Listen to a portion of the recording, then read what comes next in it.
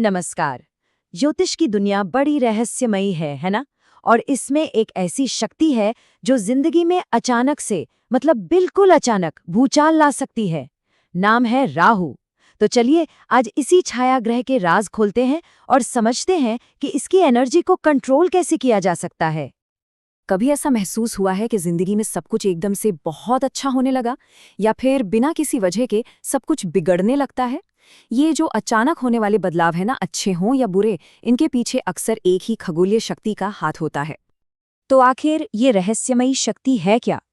देखिए, राहु कोई ग्रह नहीं है, मतलब कोई पत्थर या गैस का गोला नहीं। ये असल में एक कह सकते हैं एक मैथमेटिकल पॉइंट है, वो जगह जहां चांद का रास्ता धरती के चारों ओर घूमते हुए सूरज के रास्ते को काटता है। और ज्योतिष में इसी पॉइंट को जिंदगी की सारी अनएक्सपेक्टेड घटनाओं का सेंटर माना जाता है। कमाल है ना? तो सवाल ये उठता है कि भाई, एक ऐसा पॉइंट जो असल में है ही नहीं, वो हमारी जिंदगी पर इतना गहरा असर कैसे डाल सकता है?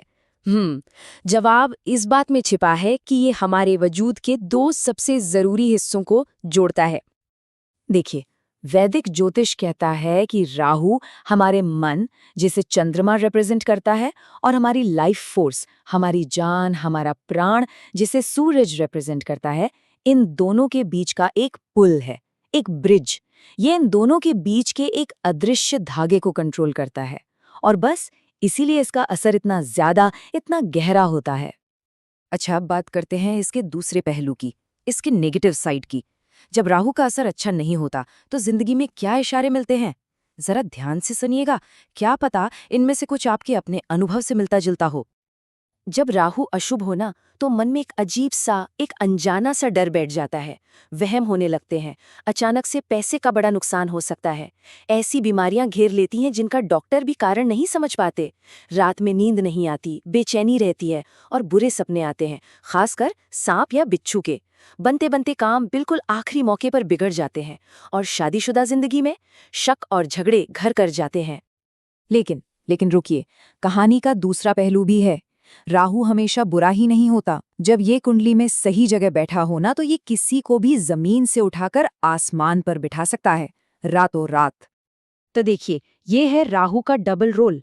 एक तरफ डर, वहम, नुकसान, तो वहीं दूसरी तरफ जब ये शुभ होता है तो यही राहु अचानक से ऐसी कामयाबी दिलाता है कि बस पूछिए मत, बेशुमार पैसा दे सकता है। पॉलिटिक्स हो या फिल्म इंडस्ट्री, बिल्कुल टॉप पर पहुंचा सकता है। या फिर लॉटरी और शेयर बाजार से ऐसा फायदा करा सकता है जिसकी उम्मीद भी ना हो। लेकिन यहाँ एक बात गांठ बांधने वाली है, एक बहुत जरूरी बात। राहु जो भी देता है ना, वो ज्यादातर टिकाऊ नहीं होता। जो भी ये अचानक से देता है वो कुछ टाइम बाद हाथ से फिसल भी सकता है। ये राहु के स्वभाव का ही एक हिस्सा है, अनप्रिडिक्टेबल। तो फिर सवाल ये है कि अगर राहु का असर नेगेटिव लग रहा हो तो किया क्या जाए? अच्छी खबर यह है कि कुछ बहुत ही सिंपल रोजमर्रा के उपाय हैं जिनसे इसके बुरे असर को काफी हद तक शांत किया जा सकता है। चलिए देखते हैं कैसे। सबसे पहला और शायद सबसे आसान उपाय, अपने घर में कबाड़ या फालतू का सामान जमा मत होने दीजिए। ऐसा माना जाता है कि घर में जो क्लटर होता है, जो अव्यवस्था होती है, वो राहु की नेगेटिव एनर्जी को अपनी तरफ खींचती है और इससे दिमागी उलझनें और बढ़ती हैं। याद है, हमने कहा था कि राहु एक छाया ग्रह है, तो इसका सबसे बड़ा दुश्मन क्या हुआ? रोशनी, खास तौर पर सूरज की रोशनी। तो बस इस बात का ध्यान रखिए कि आपके घर में सूरज की रोशनी भरपूर आए। ये नेगेटिव एनर्जी को भगाने का एक बहुत ही पावरफुल और नेचुरल तरीका है। अच्छा, इसके अलावा कुछ और रोज की आदतें हैं जो बहुत असरदार मानी जाती हैं। जैसे नहाने के पानी में बस कुछ बूंदे गोमूत्र की मिलाना, इसे बहुत शुद्ध माना जाता है। सुबह ब्रश के बाद तुलसी के 2 पत्ते खाना, ये तो दैवीय गुणों से भरपूर है ही। चंदन का तिलक लगाना या उसकी खुशबू इस्तेमाल करना, क्योंकि ये मन को शांत करता है। और हाँ, तामसिक भोजन मतलब नॉनवेज, शराब, इनसे दूर रहना। और सबसे जरूरी, सुबह शाम अपने इष्ट देव की पूजा अर्चना करना। ये मन को एक ठहराव, एक स्थिरता देती है।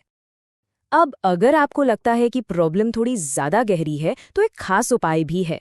ये बहते हुए पानी के साथ किया जाता है। ये उपाय एक तरह से जिंदगी के सारे कष्टों को अपने से दूर बहा देने का एक बहुत ही पावरफुल सिंबॉलिक एक्ट है।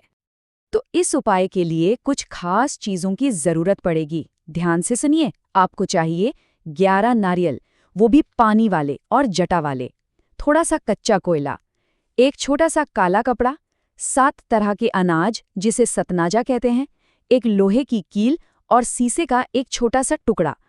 ठीक है, अब इसकी प्रक्रिया को समझते हैं।